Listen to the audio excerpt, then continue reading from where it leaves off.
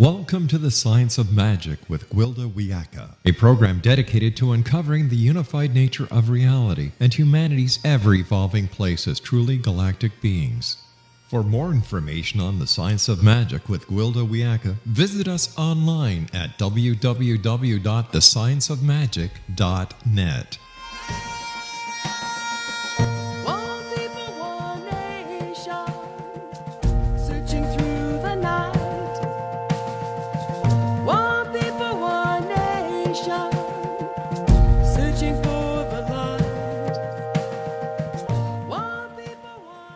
Hello, and thank you so much for joining us on the Science of Magic. We're coming to you through the X-Zone Broadcast Network, Digital Broadcast Network, and Digital Satellite Network. We can also be found on www.thescienceofmagic.net. I'm your host, Gwilda Wiyaka. In this hour, we'll be exploring sacred geometry and tools for transformation. Sacred geometry is both a science and an art form. It's also magic, used for millennia to access and wield the powerful and visible forces of nature. Sacred geometry is a necessary component in the rituals used to create sacred space. Now, sacred space is an environment containing a bandwidth of frequencies generated through alignment with natural forces that promotes healing and empowerment. The high frequency of sacred space is an ideal environment to access and attune with the natural power of the universe to empower personal intent and, therefore, manifestation. Sacred geometry and sacred space have been employed in the design and construction of religious structures such as churches, temples, mosques, Tibetan stupas, inipi lodges, and tabernacles. In sacred geometry, symbolic archetypal meanings are associated with particular geometric shapes and proportions that are strategically woven into the structure, thus amplifying the particular characteristics they represent. This may be in the form of a symbol engraved in the building, precious metals and gemstones whose crystalline structures carry a sacred geometry all of their own, artwork, or statuary. It's always reflected within the structure and its orientation to the earth and stars. These principles were jealously guarded and wielded by master masons of old. In Masonic writings, the sun, the moon, the starry firmament, and the blazing star, combined with numerous representations of zodiacs and star charts, indicate that astrology was an integral part of Masonic history. Natural occurring power spots on the planet are the result of triangulation between ley lines of the Earth and the positioning of heavenly bodies. This triangulation forms the substance of sacred geometry. Why all this attention to geometric formations? By accurately aligning with Earth and stellar forces, we can access and focus the powerful energies found therein. Toroidal fields generate power and are created when a positive and negative charge revolve around a neutral pole. As long as positive and negative and neutral remains in balance, tori are capable of perpetual motion, thus presenting an unlimited source of energy. Every planet, star, and galaxy produces an electromagnetic field in the form of tori. It's the toroidal fields of the heavenly bodies that orchestrate the endless motion of the universe. While heaven and earth both contain positive and negative charges, we traditionally view the heavens as masculine and the earth as feminine. It's this viewpoint that enables us to focus the positive aspects of the heavens and the negative charge of the earth to create the polarization needed to generate tori. So, where's the neutral? Well, unconditional love has been promoted by religious leaders across the globe as our connection to the divine. By its very nature, it is open, accepting, and totally neutral. Humans maintaining unconditional love create the neutral around which the positive charge of the heavens and the negative charge of the earth can revolve. This alignment creates and maintains a toroidal field, traditionally accomplished through ceremony and ritual. These rites are most commonly held in the supportive environment of a structure built according to the principles of sacred geometry. However, physical structures are not always necessary. Each human body contains within it countless toroidal fields. Every chakra and organ has its own unique toroidal field. These fields generate our energetic body. When standing in unconditional love and balance, our bodies become the temple. When two or more of us are balanced, maintaining unconditional love and in agreement, the power is magnified exponentially. It's no wonder love is considered the most powerful force in the universe. My guests this hour, Gail and Gregory Hoag, have researched sacred geometry and consciousness for over 40 years.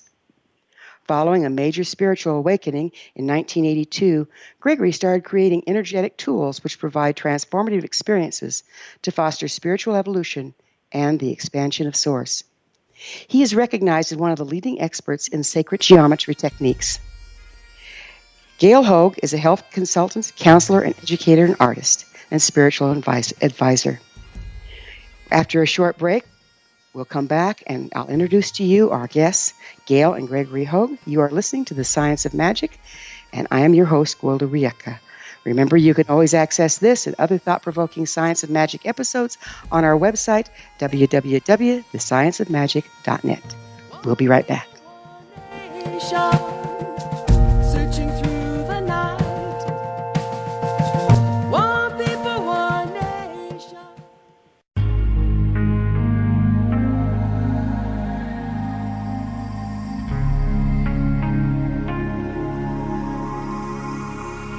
The scientist and the mystic have been on an age-old, relentless search with one thing in common. They seek truth. Their paths converge in the 40,000-year-old practice of shamanism, an ancient science delving to the quantum level of life, facilitating healing, manifestation, and evolution. I'm Gwilda Wiyaka, the founder and director of Path Home Shamanic Arts School, a unique Colorado State certified occupational school training shamanic practitioners and teachers. We also provide classes for empowering personal lives through shamanism. Our certification classes are in week-long segments enabling international participation, and online classes and long-distance shamanic healing sessions are available. Come discover the science of magic in the limitless world of shamanism. www.findyourpathhome.com.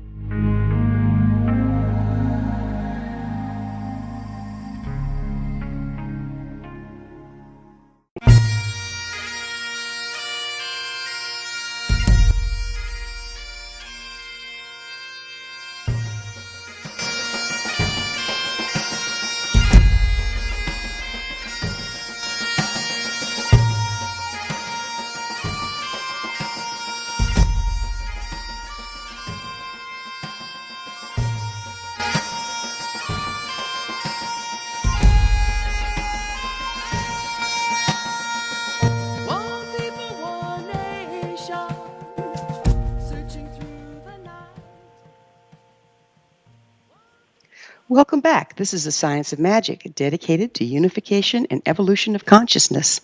I'm your host, Gwilda Wiyaka. With us this hour, we have Gregory and Gail Hoag. They are foremost experts on sacred geometry. Welcome, folks. Thank you, Gwilda. Thank you. Great to be here. It's such an opportunity to work with both of you, and I really appreciate you taking the time. So let's start out, Gregory. How would you mind telling us the difference between sacred geometry and regular geometry?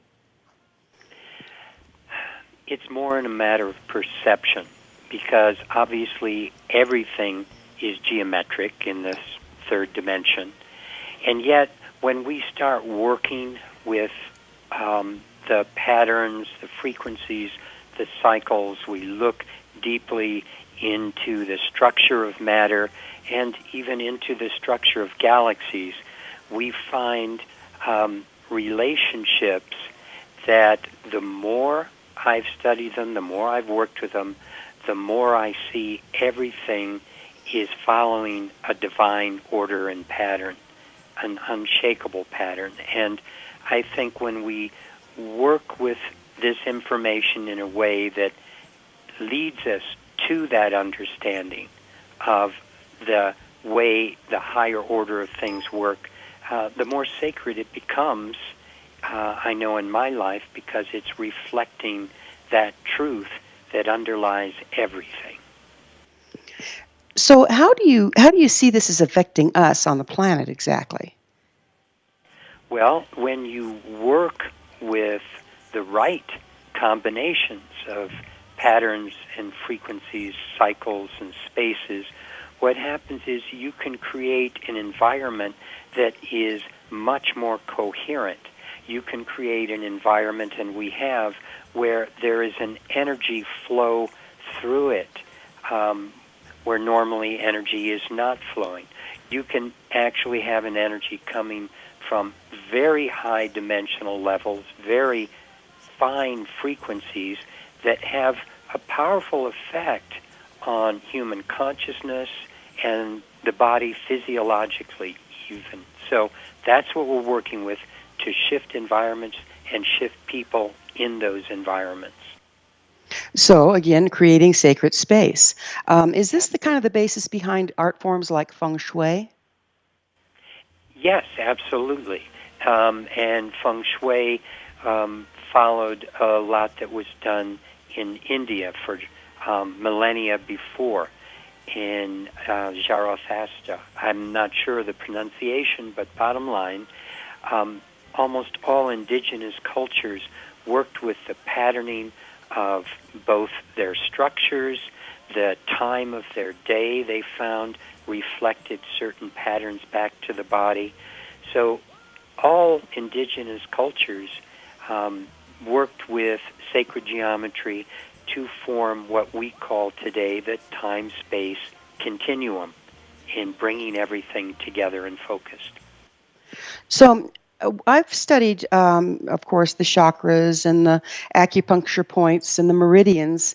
Does that relate back to sacred geometry and how we interface with it? Absolutely. And you'll have many other elements in our environment that relate back to it.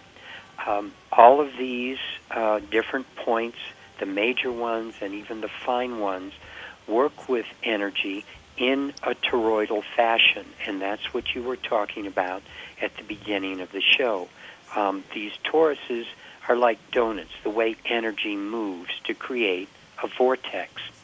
And so we have vortexes of energy over the body, and they even relate to certain colors. I think we've become familiar with the idea the chakras are like a rainbow, and then when we work with certain gemstones and certain minerals, those minerals, the molecular structure determines the kind of the way they refract and reflect light, and that gives us the proper color of, say, an emerald that relates to the heart because it's green. And so we'll find many things in nature where we can go into the structure, into the geometry, discover how it works with sound, discover how it works with color, how it works with the physical body, and how it works with consciousness. And then we can align those elements to create change, to create health, to create just a higher level of consciousness with less worry and negative thoughts coming in because of the coherence. Is that coherence created by where our toroidal fields cross with the toroidal fields of all the things around us? Yes, somewhat. What we're talking about is right now we live in a sea it's like white noise with the EMFs, with all the things coming in from the environment. We have so much information being fed into us from so many different sources, and this creates a disruption in the field, in the environment. And so when we can start to bring things into a coherence where everything is moving in that environment in a rhythm, in a cycle that is life affirmative, and we can get there through a number of different means, as we understand, with ceremony and with sound and working with rhythm and patterns and layouts. These kinds of things start to create the field, and when that field is coherent, that is, it is the same throughout it, and it is allowing only the highest frequencies to enter it, what starts to happen is our bodies start to get entrained with those higher frequencies, and those bring with them a sense of calmness, a sense of love. I mean, that's where you start to tap into the unconditional love you were talking about. It's difficult to do that in the daily cacophony of stuff going on around us. But in these higher spaces, love becomes such a fine level of energy that it is called, working with the unconditional aspects of love that we rarely see on the planet without that higher connection. So it sounds to me like, Gregory, that you're seeing our modern technology that we so rely on at this point is actually interfering with our ability to unite. I'm afraid so. It really does. All of the toxins we've created, all of the different types of EMFs generating devices, the computers, the cell phones, the amount of information that's put out about negative actions and people's negative thoughts and people's judgments and people's values laid on everything that's being thrown at them visually, auditorily. All of these things disrupt our field and separate us. So in essence, we are playing with a double-edged sword here. We have things that help us move and communicate much better, but on the other hand, they don't let us communicate with the higher, deeper parts of ourselves that sometimes we can discover when we're out in nature, far away from everything, and our feet are dangling in a brook, and we hear the birds and the trees and the wind moving through them. It's a totally different experience in that environment, and that's what we're working to bring into everyday environments, that type of feeling, that type of frequency, that type of energy by working with things that we've just talked about consciously. So the divine in the middle of mundania. That's beautiful, beautiful thing to be working towards. Gail, I understand you guys built your home on some very powerful land there in Colorado. How do you incorporate sacred geometry into the design? Well, it was a very important part of what we did because it's our passion. It's what our lives are really focused on. So to begin with, we found property that spoke to us. That, in fact, I remember when I first came out here, I felt like I could breathe deeply for the first time. And so it really led us to look for what was particularly unusual about this property, and we found that there were vortexes of energy, there were power centers that not only were important in this particular area, they were also connected to other power centers around the planet. You know, there are very important places, whether, you think about the Great Pyramids, Mount Shasta, Lake Titicaca, different places that have been identified by different cultures as being very, very special. And so we took the geometric forms that we build, and Gregory placed them in these different vortexes so that the energy could be heightened as well as connect to other places around the planet where we've also had some of these structures placed. So it's kind of like, a satellite, with these different centers that can connect to each other. There are grid systems on this planet that are part of feeding the energy to life on this planet. And so we're working with those grid systems. The other thing that we did, Gwilda, was as we were constructing our house, we worked with an architect that understood the land. He understood sacred geometry, and he incorporated that in the actual design, in some of the different ratios that we were using, and also we placed some very special crystals in the foundation. That's pretty fascinating, Gail. I'm afraid we're going to have to take another short break here. We will return to our discussion after this short break. You are listening to The Science of Magic. I'm your host, Gwilda Wiyaka. Do you want to hear more? Other innovative episodes can always be found on our website, www.thescienceofmagic.net.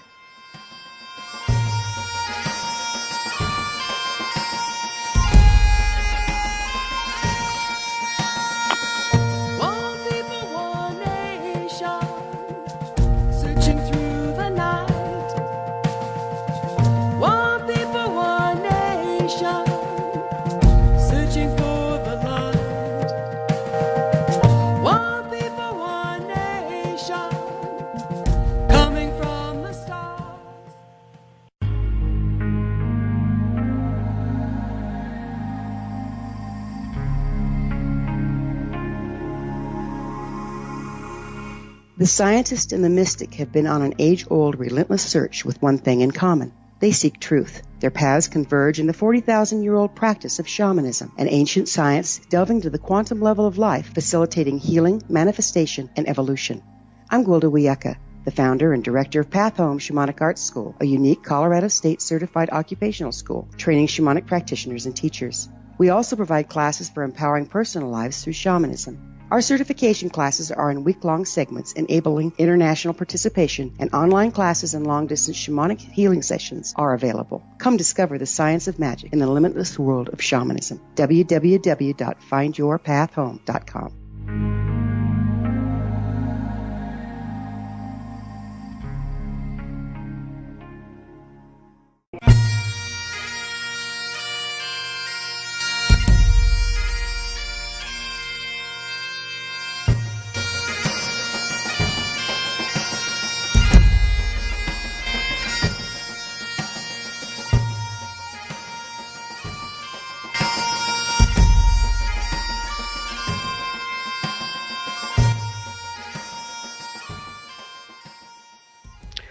Welcome back to the Science of Magic. I'm your host, Gwilda Wiyaka.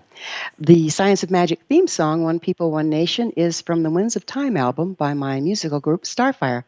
It can be found on iTunes.com, cdbaby.com, Amazon.com, and on my website, gwildawiyaka.com. We are speaking with Gregory and Gail Hoag on sacred geometry. So, Gregory, what prompted your 40-year study of sacred geometry? I think it was just a natural progression in my life of always, from a very young age, being very attracted to the unseen and higher energies. And so when I graduated from college, where I studied science and art, I started working with meditation, started working with different masters, and started experimenting with geometries, and eventually pyramids, large ones that I was sleeping in, living in, and that set off major energetic changes that opened me up to a whole realm of information on higher dimensions and consciousnesses that exist in those dimensions that I could communicate with. And I started building what I was seeing and relating to, and people started having experiences when they were around those structures, and that's what led me down this path for the last 40 years. Well, for one, I'm very grateful that you headed down the path. You've created some pretty marvelous tools that people can use. So tell me, what kind of research have you done, Gregory? Well, we've worked with a lot of different equipment to measure brain waves, equipment that we've brought in and had different scientists work with, from Russia particularly, where they work with something called a GDV machine, which can measure what's going on with the energy field, what goes on internally. These machines are used in Russia and in Europe for diagnostic purposes.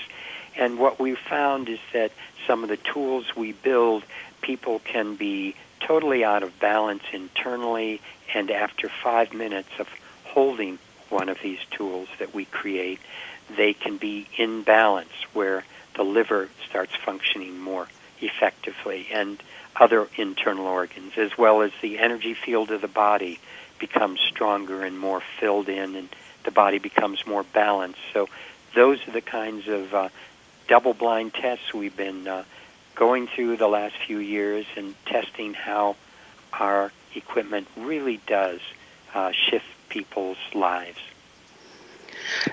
So it sounds like the toroidal fields created by your tools actually help to rebalance the toroidal fields of the human body. Is that what you're looking at there?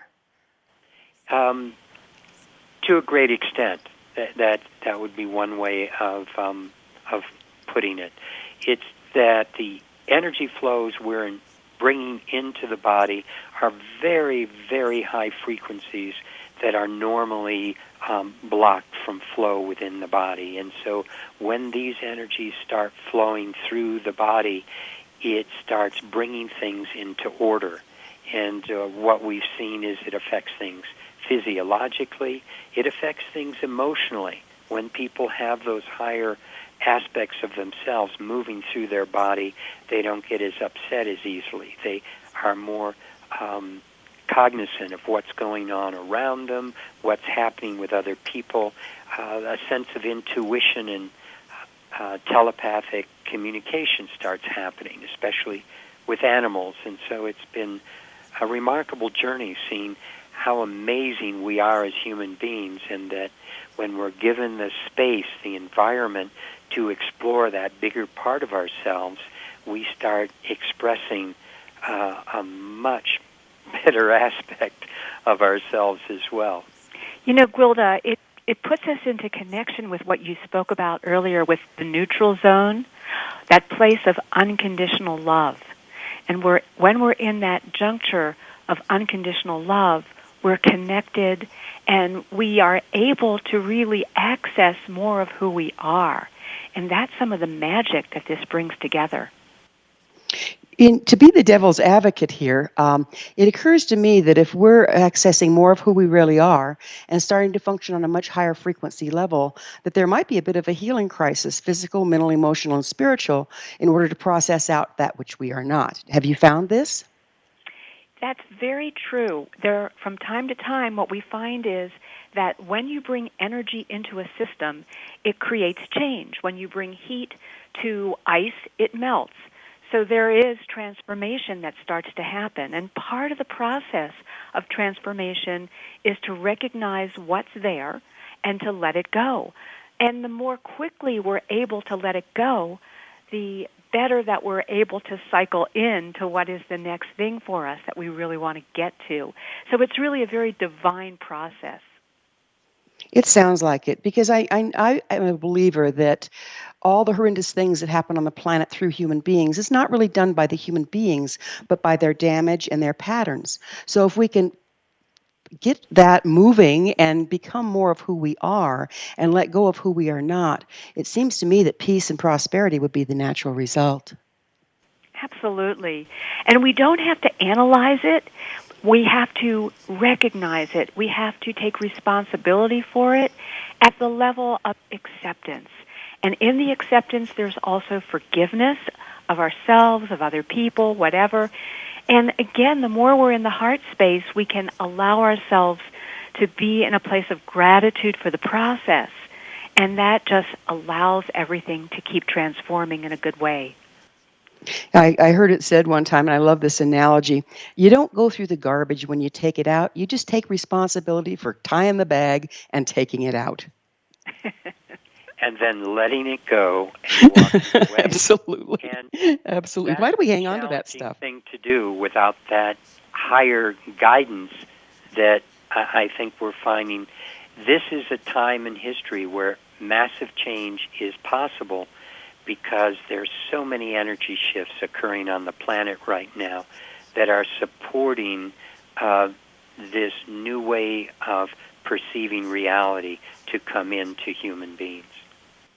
It's an exciting time to be alive. And again, I'm so grateful that you folks are doing what you're doing to aid people to be able to take out the garbage without getting caught up in it. So how does sacred geometry become a tool for connection, Gregory? Well, that's what I was referring to before. When you work with the right shapes, you work with the right patterns, you work with the right materials. I mean, sacred geometry is about frequency, is about the frequency of this crystal, this metal, this type of shape, the way they work together to create a clear space when people have them on their bodies. And when that clear space is formed, it brings in, with the kinds of things we put into these tools, we have many, many antenna systems. It creates a connection to higher resonance, a higher frequency, a bigger part of ourselves that is much more accessible when we have that field, that coherent field around us.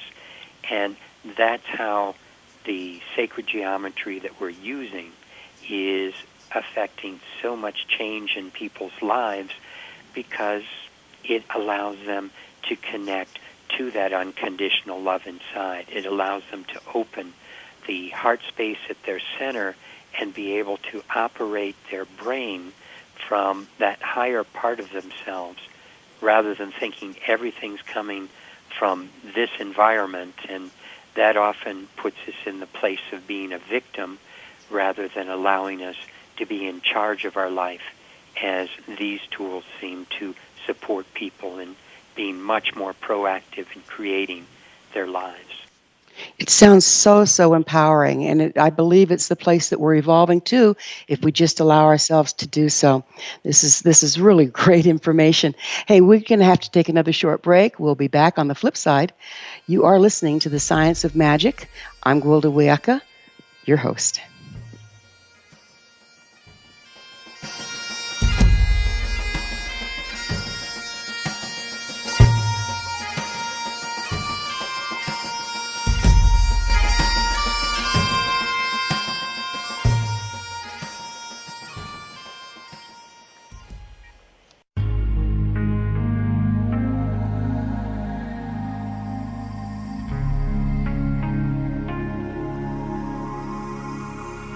The scientist and the mystic have been on an age-old, relentless search with one thing in common. They seek truth. Their paths converge in the 40,000-year-old practice of shamanism, an ancient science delving to the quantum level of life, facilitating healing, manifestation, and evolution.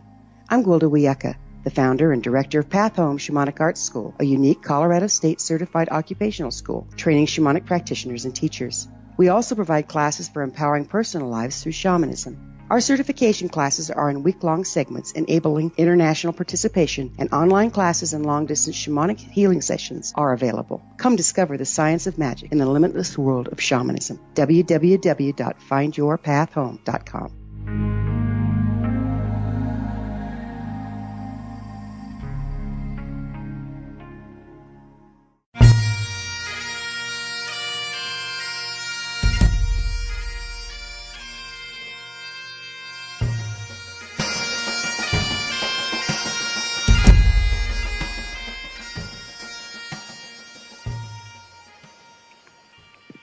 Welcome back to The Science of Magic. We are dedicated to unification and evolution of consciousness.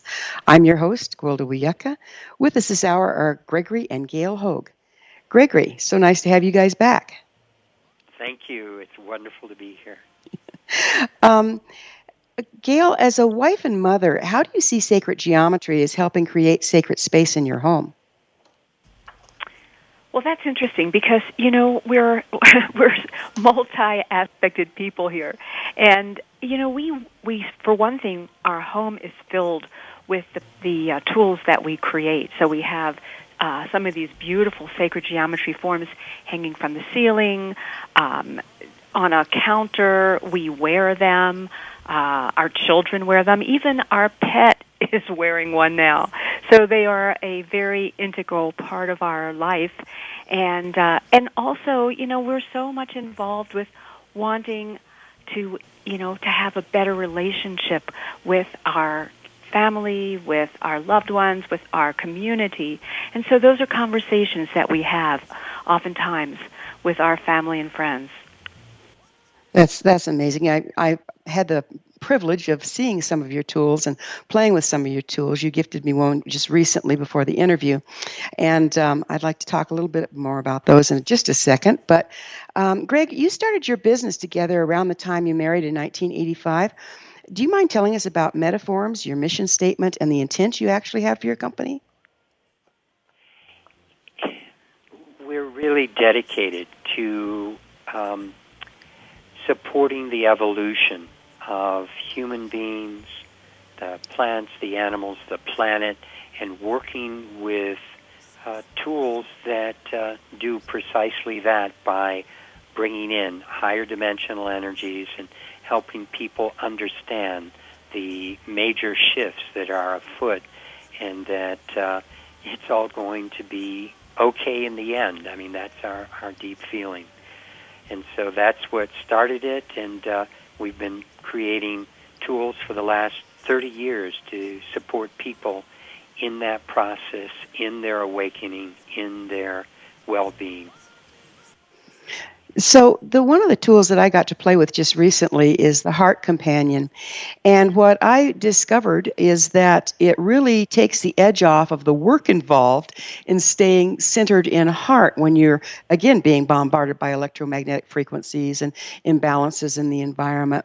Do you want to tell us a little bit more about that? Okay. I wasn't sure if Gail was going to jump in there.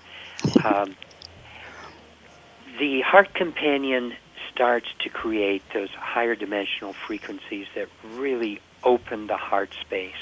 And so we'll find that there are many things we've been talking about today, the electromagnetic frequencies, stress in the environment, negative emotions and judgments and toxins. All of those inhibitors are literally surpassed when people wear this tool. They find that they are no longer drawn into negative thoughts, that things start shifting in the way other people interact with them, in the way animals interact with them, which led us to developing the Pet Connect for our dog and other pets for people.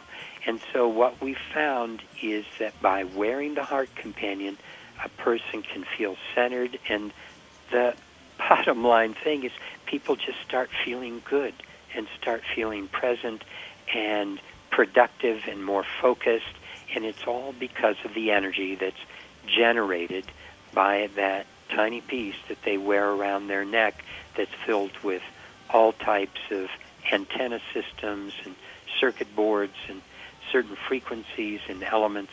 That's what we are working with.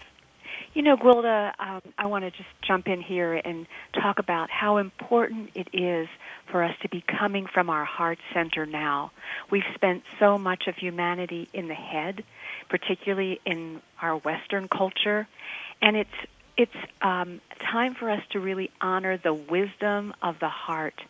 That is where so much of us is connected to all of life. You know, to the plants and the trees and the animals and the universe. And so the Heart Companion, sitting at the heart and radiating these frequencies, working with sacred geometry, connects us to a higher aspect of who we are and a higher aspect of what is available to us. So just like what you said, it becomes easier to be in that place that feels right, where you really want to be spending more and more of your time. You know, many indigenous cultures believe that humans are the link between the heavens and the earth. And I personally see that as a function of the heart chakra. Do you agree? And how does your Heart Companion aid and tool this process? Absolutely. It's so important. And it is a training that is part of our transformation. And, you know, I think that our native cultures have so much to teach us, and they listened to not only their ancestors, but they listened to the galactic experiences and voices and messages. And the more that we integrate those, we can take true wisdom and bring it into the evolution of consciousness, of humanity, of this planet, and resolve many of the problems that we're facing today. And within that, how do you see our relationship with animals, and why is it so important at this time? You know, animals, you know, when you go back into native cultures, have been honored greatly. Every single life form holds something very, very important. And the more that we connect with it, not in a way of dominance or, you know, trying to have some kind of use for them, but being grateful for the relationships, you know, as the native said, all my relations, then what happens is we learn from each other. We all evolve together. And that's what our Pet Connect is really about now, is to be able to listen to the wisdom, the messages of the animal kingdom, and, you know, develop more of that heart-centered conversation, that heart-centered relationship that we all can benefit from. That's so beautifully stated. So beautifully stated. I know that my connection with my animals, I can have had a really tough day, and I come home and I'm all grumped out, and I'll sit down, and a cat will jump into my lap, and then the cat will start to purr, and pretty soon the dog will come up around my legs, and I just enter into a place of love for them, from their unconditional love coming at me, and it just brings me such peace that I don't know what I'd do without our animals. So I'm really glad that you guys are in service to the animals as well as to people. So we have just a little bit of time left. Do you have a quick message for our listeners, Gregory? Well, one thing the Pet Connect does is it helps the animal ground the stress that they take on from you, too, because they can be in service. But I think what I really wanted to share was just what an important time we're existing in right now. It's a time where there is massive change, and you can see that in everything going on in the world. And yet, to not get caught up in that and to realize that the answer is through your heart center within you. And when you connect fully and openly to that deeper part of yourself, you'll discover that this is the purpose for all life.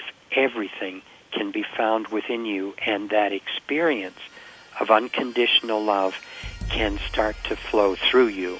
Thank you so much, both of you, for being on the show. Again, they can be found at their website, www.iconnecttoall.com. That's ICONNECT, numeral 2, ALL.com. This has been The Science of Magic.